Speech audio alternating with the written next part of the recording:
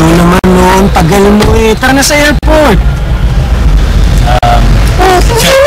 Sir, makinig lang kayo ha. Meron na kasi itong gusto sabihin. Pagbigyan niyo na ako, kailangan ko nakapag-isip ng ganito eh. Okay. Gusto niyo pumunta sa ibang lugar para makalimutan niyo yung sinasabi niyong problema. Ano niyo makakalimutan yun, sir? Kung yung problema yun, eh, dala-dala niyo sa puso niyo. Medyo anong point mo? James, natapagin na kita ha. Natutuwa naman ako dun sa atensyon na binibigay mo sa akin eh. Pero ayoko kitang paasahin. Kasi si Carlos pa rin ang nilalaman ng puso ko eh. Bakit hindi mo na kayo magpunta kay Joanna? Kausapin niyo siya para magkaroon kayo ng closure. Eh di, pagkatapos nun, kung saan man kayo pupunta, di mo kayong peace. Di ba? Mapayapa kayo nun. Ilumpos ka dyan ha. Sige na, dali mo ko sa bahay Aruga. Alam ko naman yun eh, dahil siyempre siguro matagal na naman kayo, tsaka okay lang sa akin yun. Basta ako, willing naman ako maghintay.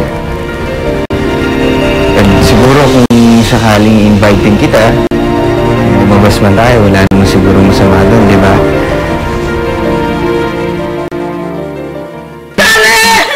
Karen, anak! Madam! Karen! Ano? Pinay ko na po yan kanina, hindi po gumana. Mabuti pa po i-mouth-to-mouth resuscitation niyo siya. Sige! Ma'am, pilingan niyo po. Ma'am, sige na. Ma'am! Ma'am, teka mo na baka malason din ako eh. Teka mo. Taxi! Dali na lang natin! Ibisal ka! Taxi!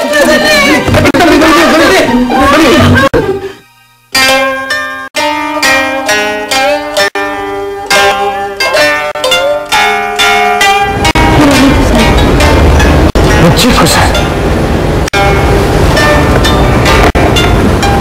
Salamat.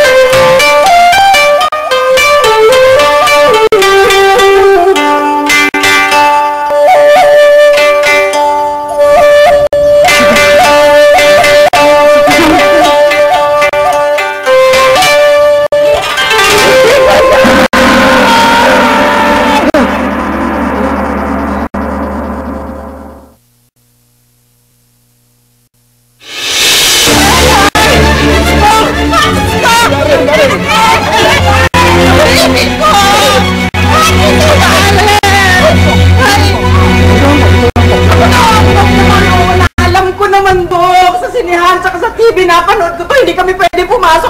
Pero pwede ba for a change? Papasukin mo namang kami. Madam, tulad nga po nung napanood nyo na, alam nyo nang sasabihin ko, pasyente lang po ang dapat nandito sa loob. Pero ito, katulad na napanood natin, sasabihin ko yung kailangan na. Kaya nyo, Dok. Gawin nyo lahat. Bakit ganito? Hindi ko nalaing aabot sa ganito.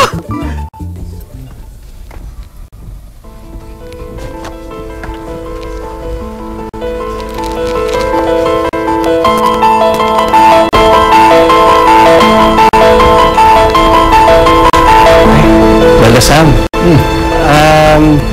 ba si Joanna? Joanna, kakaalis lang eh. Teka, si Joanna nga ba yung umalis? Oo, si Joanna umalis. Tandang-tanda ko.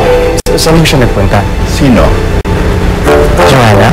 Si Joanna ho. Kakaalis lang. Saan nga ho pumunta kung kakaalis lang? Sino nga? James, ano ka ba naman?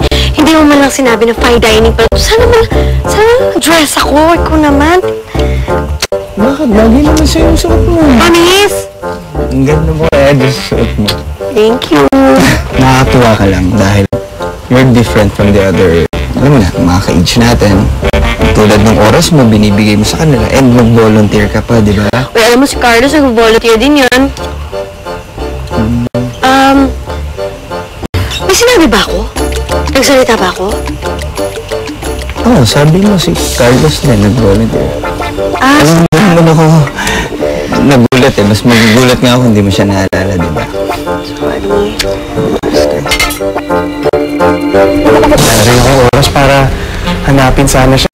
Kaya ho pa, Lolo-san, pakisabi na lang ho sa kanya na dumaan ako. Kanino? Lolo-san, kay Joanna ho. Pakisabi, Lolo-san, ito ho, pakisabi ho kay Joanna dumaan si Carlos para magpaalam. Okay po ba? Sige, ako bahala. Dumaan si Carlos para magpaalam kay Joanna. Yun. Okay na. Opo. Ha? Sige ho ha, huwag mo kakalimutan. Hindi. Sige ho.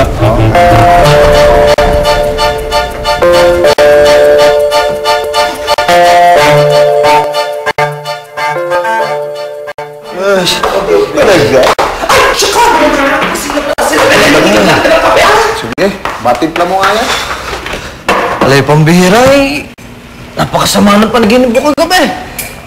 Diyos ka eh. Ano ba nga nangyayari sa panaginip mo? Alay, yung mangyari naman eh. Si Karen daw eh. Inakuan daw nung ay, walang dyan yung kwan, nung kwan eh. Bakit di mo masabi Ano ba nangyari? Alay nabuntis. Ikinasal sa iba. At saka namatay. Yung huling sinabi mo. Ay, nakakatakot eh. Ako'y nag-aalala, baka may mangyari masama tuloy kay Karen. Alay, ano ka ba naman, Ruben? Hindi mo alam na ang panaginip ay sadyang kabaligtaran laang. Ang ibig sabihin noon long life. Pwede. Talaga? Totoo yan. Ano kaya mo? Panaginip akong pangit.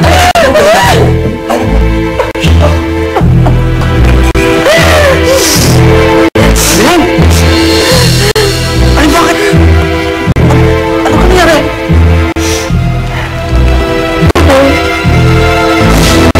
Kasi nagugulat sa sasabihin ko kahit nakakagulat ito. Ben, agad mo ang loob mo dahil nakakapanghirap. Ano nga? Sabihin mo na eh. Tagal mo naman eh. Si Karen. Ano? Nagpakamatay si Karen.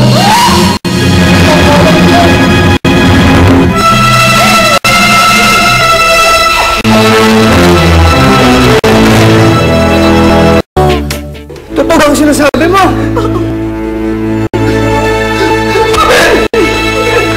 Ruben, mabukas hindi ka kalalahin mo.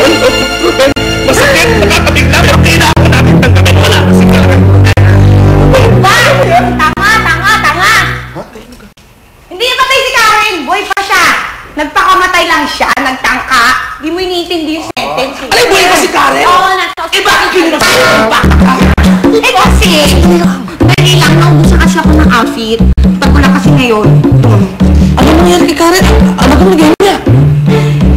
Kasi, dapat pikilang yung pagsusuicide namin. Joke lang. Tapos, ayun, katotoo. Sa ospital siya ngayon. Nung pag-alis ko doon, wala pa rin siyang malay. Sa hospital, kailangan ko siyang puntahan. Alay, sasama ko na mag-bihis tayo. Alay, mag-bihis tayo sa akin. Mag-iyak na kayo. We did nasogastric tube lavage. Okay. Ano yun, Dok?